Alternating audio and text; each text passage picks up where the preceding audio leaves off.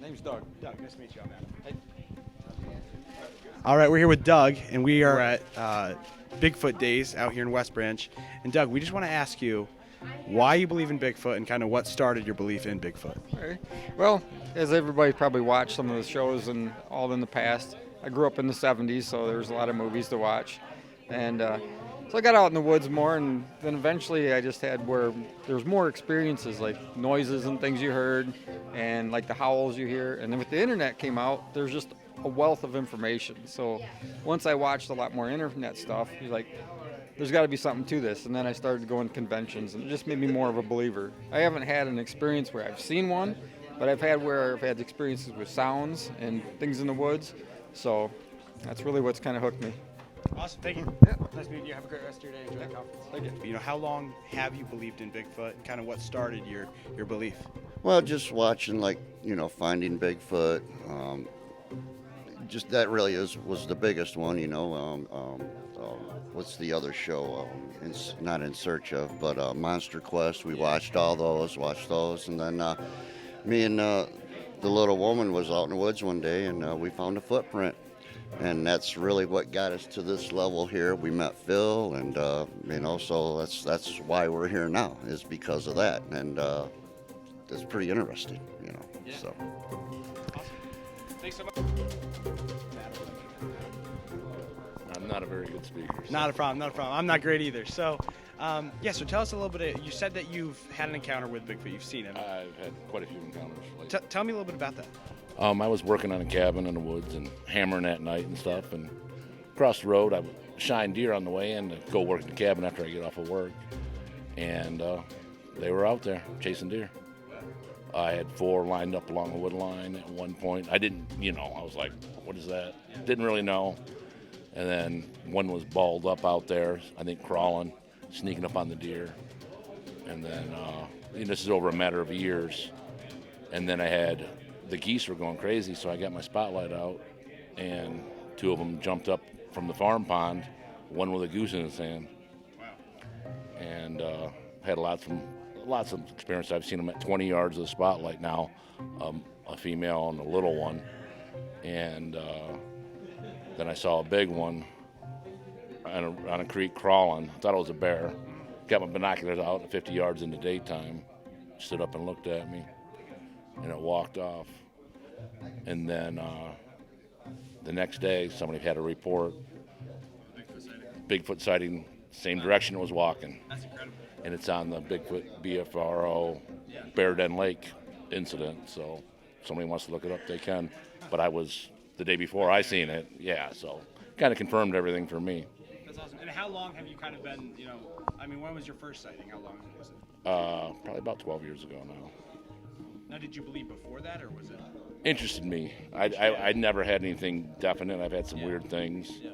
But now I've gone I pretty much got it figured out, I think. So That's awesome. Well, thanks for telling your story. already. Thank you. Have a great. Nice to meet you, Grayson. Nice to meet you. All right, so we're here with Grayson. Grayson, how long have you believed in Bigfoot, and why do you believe in Bigfoot? I don't know if I do yet. I have a really big interest in it. Okay. I'm pretty young. I haven't had any sightings or anything like that on my own. But I'm really interested in the topic and just learning more about it and stuff like that.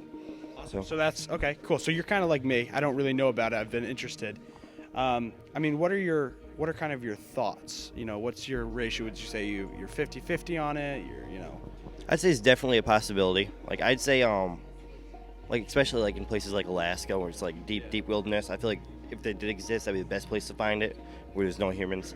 But I don't know. It's something's really interested me. I feel like there's a good chance. There's a lot of evidence out there. Just never know. Awesome. Thanks for your time, man. Yeah. Enjoy the conference. All right, so we're here with Jeff again at Bigfoot Days. So Jeff, just tell us briefly your story. How long have you believed in Bigfoot? Kind of when you started and what your experience has been since then. I guess I've been believing since I was about maybe in my teenage years because, you see it on TV, and so, you get excited that, that it's out there.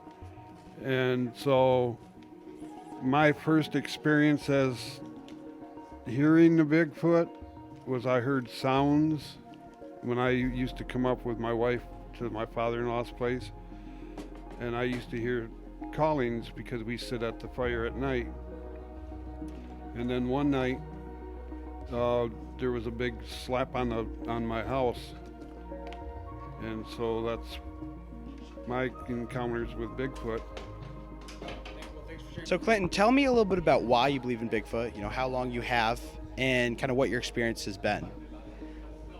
Well, I guess it all started in childhood, growing up hunting and fishing, and just hear the stories, growing up around hunting camp and stuff. So basically that's about it. And have you had any experience? Have you had sightings, heard anything? Haven't had any sightings, but I'm pretty sure we've had some vocalizations, some type of sound. Yeah. Thanks for sharing. Yep, thank you.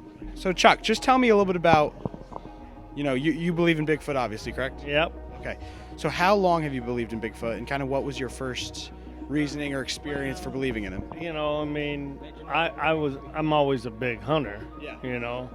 And so things in the woods didn't make sense to me sometimes. And so, of course, back then I didn't really know what, you didn't really hear about Bigfoot too much. So then, I had a couple experiences that I thought maybe was real, and I did some research on it. And if the Indians saw it, people in different countries or different, all over the world, seeing the same thing, and that's when I started to believe. And some of my experiences were, me and my son, went for like about a 5-10 mile hike out in the woods, deer hunting, and we got to this really strange area and started seeing, and we started smelling something. And I said to my son, I goes, man, something's going on here. And we stopped. No sooner we stopped, a deer jumped up right in front of me. And normally a deer would never let you get that close. For some reason, that deer was staying there, and we could smell tremendous pungent odor. And so that was kind of the first time. And then I was deer hunting up in the UP way back in some truck trails. And me and my buddy, when we pulled around the bend, there was a big wide opening, and there was something roaming across the field. And, we couldn't see it. We didn't have our binoculars with us because we were getting into camp, going back to camp. But it was huge. It was huge, and we watched it across the field, and it was either a moose or a Bigfoot, So, and then a couple years ago, me and the family, we took my Jeep way up out in the backwoods, and we parked, and my son wanted to go swimming, but he had to go down this big creek, so he went down there and jumped in the water, and I did a Bigfoot call. What does that sound like? Like a big scream. You wouldn't want me to do it right now. Yeah. Oh yeah. So when I did that, something screamed back. Now we were all back at him, and I had a couple my grandsons and granddaughter there. They got scared, so I turned the Jeep around, and just for yucks, I did it again.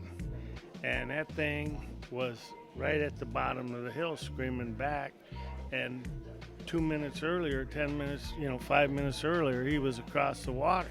So he made some tracks fast, whoever it was. And the kids we gotta go, and they started crying, so I jumped in the Jeep and drove out. So those are my experiences with them, but I'm a believer. And then you don't believe in Bigfoot. Well, I believe in it. I watched all the shows on it and stuff, and I believe that if there's something out there, there's something out there, because, like you said, people see it, but I watch, the shows that they have on TV on about it, and, of course, I've never, been like him, but I still believe that there is something there. People see it, That's all I really can say. With me. Yeah. You said you dragged him into it? Well, yeah, and we brought our camper, so we're camping up down here, and we're not camped there, but we're gonna show up later tonight, walk around. Awesome. Thanks for your time, guys. I appreciate it. Enjoy the conference. Let me know when. Right. All right. Let me get the, Yeah. get So the other picture up. So what are we looking at? We're about to look at. Just a questionable picture from a trail camera. Deer hunting a few years ago. One of my son's buddies got it on his camera, and not sure what it is. There's no. But here's the picture before, and you see the stump, and then there's the picture after.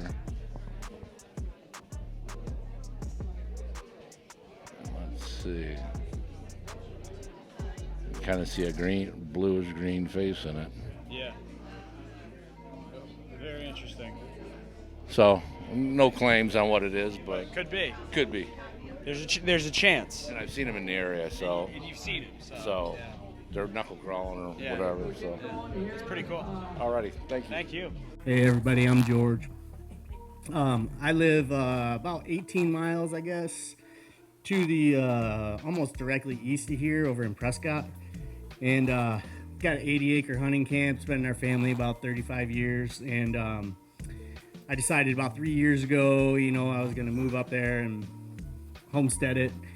Never had power, just outhouse and a big hunting shack kind of barn thing, and so the place has kind of been vacant, 9 months out of the year, except for when my dad and his buddies and our family and stuff are there bow hunting and whatnot.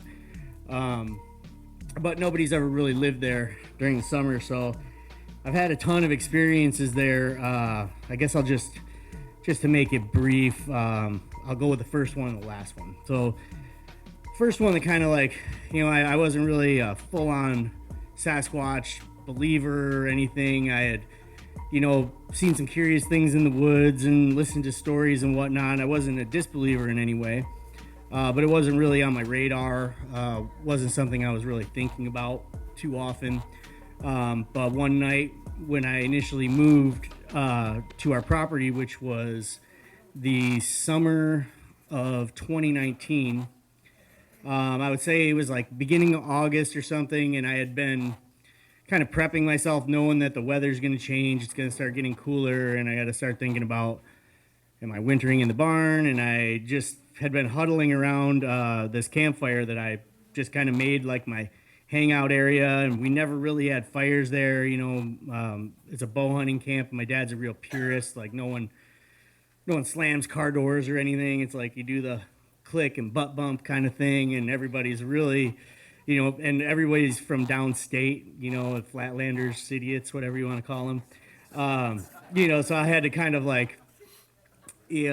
pay my dues to not be called one of those for a little while. But I was sitting by the fire one evening, and it was just kind of one of those real starry nights, and I hear this kind of low, like a cow kind of sound, like a as about as good as I can get, but it was real deep and textural, like a cow, and it was off maybe a couple hundred yards to one side of me, and I'm kind of trying to think of where the farms are close by, and there's nobody that has cattle right where I'm at, and I'm just outside the village of Prescott, and we're kind of up on a hill, so I can hear sounds through some of these kind of terrain features pretty good. And it was off in this big 4 or 5 hay fields that there's just never anything in. I kind of hear this whoa, and I'm like, what's that?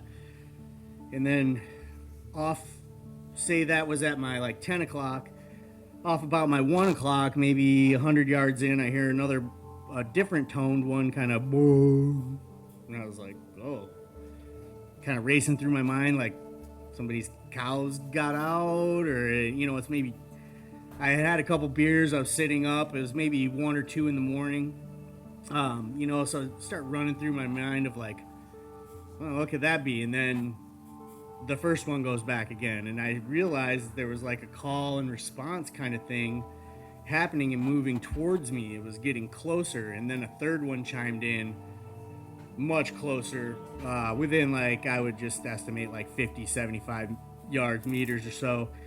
And I was like, okay, time to go in, and we've got a big barn that I can button up and and I got freaked out, but I still hadn't really put, Sasquatch in my mind yet. I was just running through loose cows, like, man, do we have a feral hog problem? What could this be? What could this be? And so I went in the upstairs, and we have a sliding door balcony kind of thing, and I was tiptoeing and creeping, all lights out, and I got my guns out, and I laid out on the balcony, and I got a pretty high-powered assault rifle and a 30-30, and then my little pea shooter pistol, and I'm laying there, and I'm like looking out at our kind of pasture area, and then there's these really thick pines, and kind of those sounds are coming right at me, moving, and and the thought popped into my head, man, could that be Bigfoot? Like, if it is, it's multiple. And then the next thought was, I was gonna see something come out of the woods. I just had this feeling someone's gonna walk right out, and the thought popped into my head: are you gonna shoot it? Would you shoot it? Would you shoot if you saw this mythical thing? And I told myself no, and I had put my phone up and hit video record, and I do have audio somewhere in iCloud I took a long video. It's just a blackness, and it's got the last maybe 2 minutes of these sounds kind of moving. So that was, not the most exciting story, but that's kind of what kicked off this kind of flurry of activity over the next 3 years. Anything from, seeing kind of like impressions in the soft moss that look, nothing like super definitive, like, man, that looks like a footprint, but 1,000 things can when you're in the woods long enough. We have our back 40 is primarily swamp, and it's the bedding area for deer. It's really prime bow hunting kind of area, and it's rare to go down in that area. So over those years, when there's not a lot of people around, I was having, some audio experiences. One night I had something go moo, like someone was imitating a cow over here. And then about 5 minutes later, I'm like, man, that was somebody just going moo. And then in the middle, kind of where those three sounds came from the first time, something went cock-a-doodle-doo, just like Looney Tunes, like the, Bugs Bunny or something.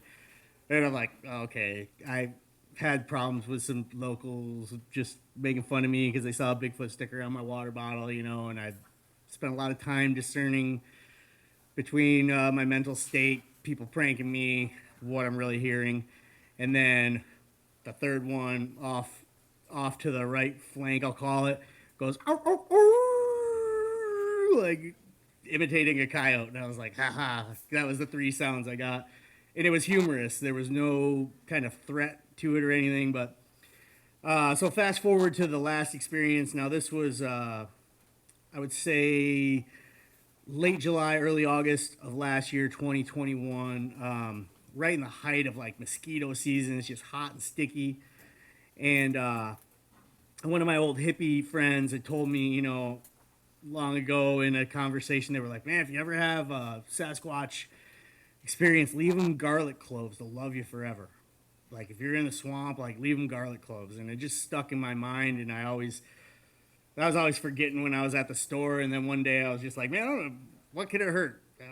Like keep things away. I need some garlic in my life, whatever. So I bought these garlic cloves, and I had kind of just had them stinking up my pockets and stuff for a while. And I had some trail cams I had to move out in the swamp, and had a big predator problem with coyotes, and I'm very protective of like my little birds and rabbits and stuff like that. I love the small game, and the predator stuff. I just kind of like, I had some predator hunters just kind of really pushing their way onto our property, and I was like, I don't want to take care of my own predator problem, so I kind of reset some of my trail cams in areas that were low, that I thought, I might see if there's coyote, bobcat coming through that area. I was all setting these cameras, and I put one in, and I had this pocket full of garlic cloves, and I had accepted, I've got proof enough from these last couple of years that this is a reality of my life and these beings are real, you know, and I just kind of like come to the conclusion I really don't want to get a visual because I'm back pretty far back by myself, and I feel like our understanding of a comfortable distance is good enough for me. And when I go back into the swamp alone in the dark, I'm one of the, I don't know if anybody else will do it, I'm just one of the ones dumb enough. You know, it's always a feeling of like I'm being escorted or something, and so it was getting kind of dark. It was when the days are really long, so it was probably like 8:30, and I was getting kind of nervous, and I set this last trail camera, and the squirrels were going just berserk around me, and I was like, well, so much for being stealthy, you know. It's like, call it Squirrel War 3. They're just chattering, and, you know, I'm like, okay, guys, I'm here, you know, you got me. And I'm like, damn, squirrels. And the squirrels have just been giving me hell all summer. Red squirrels in my barn. And I came back onto our main trail, and I stepped onto the trail, and the squirrel chatter just stopped. And everything got really kind of silent. And I had like 3 or 4 cloves of garlic left, and into the main body, the thickest part of the swamp where no one really goes. I kind of set a couple cloves of garlic out and just kind of made a statement like, hey, these are gifts. Thanks for letting me, you know, just sound like a crazy person in the woods talking to myself and saying things out loud because through all the research, you know, I've just kind of figuring like if things do mind speak, that's nothing I really want to experience. So we'll just talk out loud. And I got enough voices in my head, you know, I don't need another one. Yeah, I would be able to figure out which was which at that point, you know, they probably know that already. But so everything kind of goes silent, and I'm like, you know, it didn't really strike me as like that. You know, I've listened to a lot of stories and that silence that people talk about where just the woods goes dead and the kind of the fear projection. I didn't really have that, but I was like, oh man, cool. The squirrels stopped chattering, you know. It was just striking that they weren't chattering anymore. And I found myself in this area that I had been a bunch of times, but it looked different. It was getting twilight, kind of this humid fog over the swamp, and just mosquitoes everywhere. And I'm like, okay, I gotta leave these garlic pieces. And then I hear this thump behind me. I took a couple steps, and I turned back over my shoulder, and there was like cleanly ripped in half red squirrel, and just the back legs, its tail, and its abdomen, like guts hanging out. And I'm like, all right, did a bird, you know, I'm looking up like, did an eagle drop it? I was just going through my mind of all these things, and I was like, oh man, something fast enough to snatch a red squirrel fresh, and it felt like they just went, hey, squirrel's bothering you? Look at this. And I was like, or thanks for the garlic. Possibly, yeah. It was kind of like, and you know, just this like feeling of, I'm always feeling like I'm being watched out there. I'm getting kind of goosebumps talking about it. And, you know, and it takes a lot to rattle me. You know, I've been in a couple crappy places in the world, rough deployments.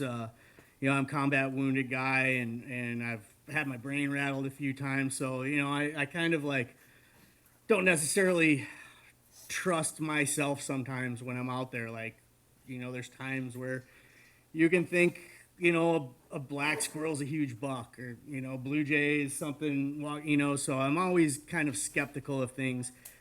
And it was just getting dark, and I was like, I kind of came to this conclusion, and through hearing stories, I'm like, the nighttime's not mine anymore. I don't just aimlessly walk around like I used to, with one eye shut and just, you know, being out there. But I was in the swamp longer than I felt comfortable, and I was like, I got this last little bit of light, and I've got to get up to my barn. And it's a path that comes out, and then I hit a bean field, take a left, walk the bean field up, go up the hill, and then I'm back at my barn, and it's safe zone.